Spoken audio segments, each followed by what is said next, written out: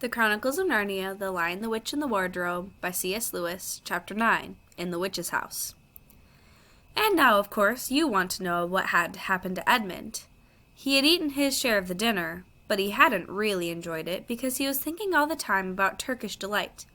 And there's nothing that spoils the taste of good ordinary food half so much as the memory of bad magic food.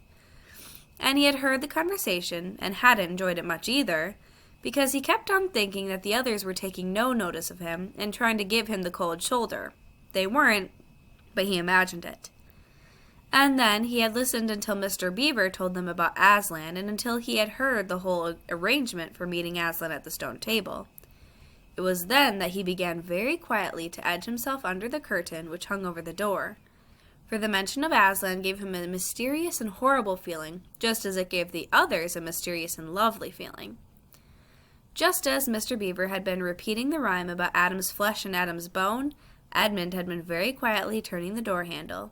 And just before Mr. Beaver had begun telling them that the White Witch wasn't really human at all, but half a djinn and half a giantess, Edmund had got outside into the snow and cautiously closed the door behind him.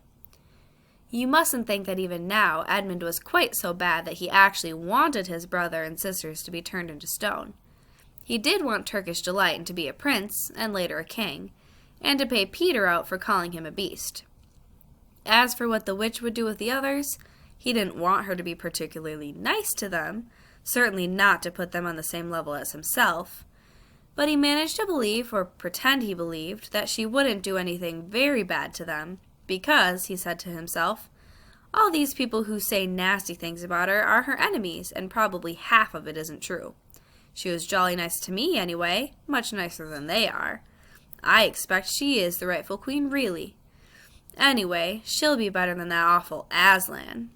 At least, that was the excuse he made in his own mind for what he was doing. It wasn't a very good excuse, however, for deep down inside him he really knew that the White Witch was bad and cruel. The first thing he realized when he got outside and found the snow falling all around him was that he had left his coat behind the beaver's house. And of course there was no chance of going back to get it now. The next thing he realized was that the daylight was almost gone, for it had been nearly 3 o'clock when they sat down to dinner, and the winter days were short. He hadn't reckoned on this, but he had to make the best of it. So he turned up his collar and shuffled across the top of the dam. Luckily it wasn't so slippery since the snow had fallen, to the far side of the river. It was pretty bad when he reached the far side. It was growing darker every minute, and what with that and the snowflakes rolling all around him, he could hardly see 3 feet ahead. And then, too, there was no road. He kept slipping into deep drifts of snow, and skidding on frozen puddles, and tripping over fallen tree trunks, and sliding down steep banks, and barking his shins against rocks, till he was wet and cold and bruised all over. The silence and the loneliness were dreadful. In fact, I really think he might have given up the whole plan and gone back, and owned up and made friends with the others, if he hadn't happened to say to himself, "When I'm king of Narnia, the first thing I shall do will be to make some decent roads." And of course that set him off thinking about being a king and all the other things he would do, and this cheered him up a good deal. He had just settled his mind what sort of palace he would have, and how many cars, and all his private cinema, and where the principal railways would run, and what laws he would make against beavers and dams, and was putting the finishing touches to some schemes for keeping Peter in his place, when the weather changed. First the snow stopped. Then a wind sprang up, and it became freezing cold. Finally the clouds rolled away, and the moon came out. It was a full moon, and, shining on all that snow, it made everything almost as bright as day, only the shadows were rather confusing. He would never have found his way if the moon hadn't come out by the time he got to the other river. You remember he had seen, when they first arrived at the beavers, a smaller river flowing into the great one lower down. He now reached this and turned to follow it up. But the little valley down which it came was much steeper and rockier than the one he had just left, and much overgrown with bushes, so that he could not have managed it at all in the dark. Even as it was, he got wet through, for he had to stoop under branches, and great loads of snow came sliding off onto his back. And every time this happened, he thought more and more how he hated Peter, just as if all this had been Peter's fault. But at last he came to a part where it was more level, and the valley opened out. And there, on the other side of the river, quite close to him, in the middle of a little plain between two hills, he saw what must be the White Witch's house. And the moon was shining brighter than ever. The house was really a small castle.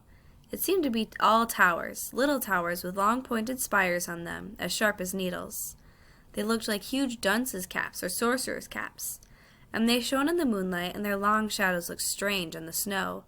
Edmund began to be afraid of the house, but it was too late to think of turning back now. He crossed the river on the ice and walked up to the house. There was nothing stirring, not the slightest sound anywhere. Even his own feet made no noise in the deep, newly fallen snow. He walked on, past corner after corner of the house, and past turret after turret to find the door. He had to go right round to the far side before he found it. It was a huge arch, but the great iron gate stood wide open. Edmund crept up to the arch and looked inside into the courtyard, and there he saw a sight that nearly made his heart stop beating.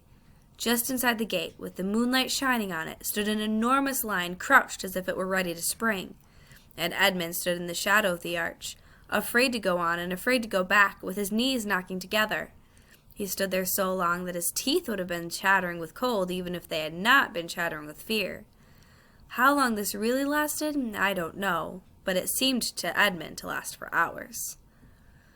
Then at last he began to wonder why the lion was standing so still, for it hadn't moved 1 inch since he first set eyes on it. Edmund now ventured a little nearer, still keeping in the shadow of the arch as much as he could. He now saw from the way the lion was standing that it couldn't have been looking at him at all. But supposing it turns its head, thought Edmund.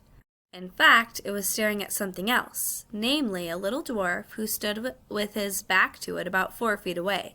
Aha, thought Edmund, when it springs at the dwarf, then will be my chance to escape. But still the lion never moved, nor did the dwarf. And now at last Edmund remembered what the others had said about the White Witch turning people into stone. Perhaps this was only a stone lion. And as soon as he had thought of that, he noticed that the lion's back and the top of its head were covered with snow. Of course it must only be a statue. No living animal would have let itself get covered with snow. Then very slowly, and with his heart beating as if it would burst, Edmund ventured out to go up to the lion.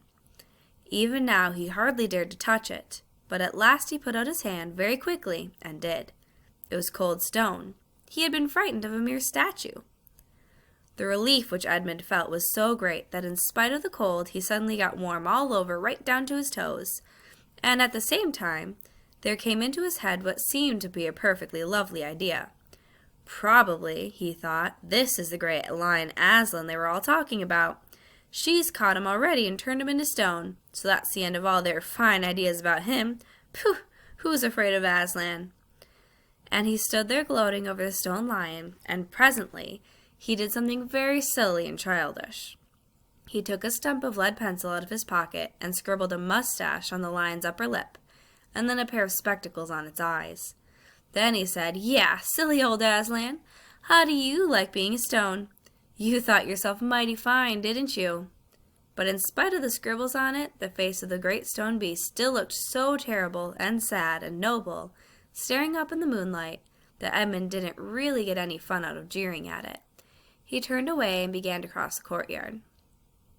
As he got into the middle of it, he saw that there were dozens of statues all about, standing here and there rather as the pieces stand on a chessboard when it's halfway through the game. There were stone satyrs and stone wolves and bears and foxes and catamountains of stone. They were lovely stone shapes that looked like women but who were really the spirits of trees. There was a great shape of a centaur and a winged horse and a long lithe creature that Edmund took to be a dragon. They all looked so strange, standing there perfectly lifelike and also perfectly still, in the bright cold moonlight, that it was eerie work crossing the courtyard. Right in the very middle stood a huge shape like a man, but as tall as a tree, with a fierce face and a shaggy beard, and a great club in its right hand. Even though he knew that it was only a stone giant and not a live one, Edmund did not like going past it. He now saw that there was a dim light showing from a doorway on the far side of the courtyard. He went to it. There was a flight of stone steps going up to an open door. Edmund went up them. Across the threshold lay a great wolf. It's all right, he kept saying to himself. It's only a stone wolf. It can't hurt me. and he raised his leg to step over it. Instantly the huge creature rose, with all the hair bristling along its back, opened a great red mouth, and said in a growling voice, "Who's there? Who's there? Stand still, stranger, and tell me who you are." "If you please, sir," said Edmund, trembling so that he could hardly speak. "My name is Edmund, and I am the son of Adam that Her Majesty met in the wood the other day, and I have come to bring her the news that my brother and sisters are now in Narnia, quite close in the beaver's house. She wanted to see them." "I will tell Her Majesty," said the wolf. "Meanwhile, stand still on the threshold, as you value your life." Then it vanished into the house. Edmund stood and waited, his fingers aching with cold and his heart pounding in his chest, and presently the gray wolf, Mogrim, the chief of the witches' secret police, came bounding back and said, come in, fortunate favorite of the queen, or else not so fortunate." And Edmund went in, taking great care not to tread on the wolf's paws. He found himself in a long, gloomy hall with many pillars, full, as the courtyard had been, of statues. The one nearest the door was a little fawn with a very sad expression on his face, and Edmund couldn't help wondering if this might be Lucy's friend. The only light came from a single lamp, and close beside this sat the White Witch. "I'm come, your Majesty," said Edmund, rushing eagerly forward. "How dare you come alone?" said the witch with a terrible voice. "Did I not tell you to bring the others with you?" "Please, your Majesty," said Edmund, "I've done the best I can. I've brought them quite close. They're in the little house on top of the dam, just up the river, with Mr. and Mrs. Beaver." A slow, cruel smile came over the witch's face. "Is this all your news?" she asked. "No, your Majesty," said Edmund, and proceeded to tell her all he had heard before leaving the beaver's house. "What? Aslan?" cried the queen. "Aslan, is this true? If I find you have lied to me—" "Please, I'm only repeating what they said," stammered Edmund. But the queen, who was no longer attending to him, clapped her hands.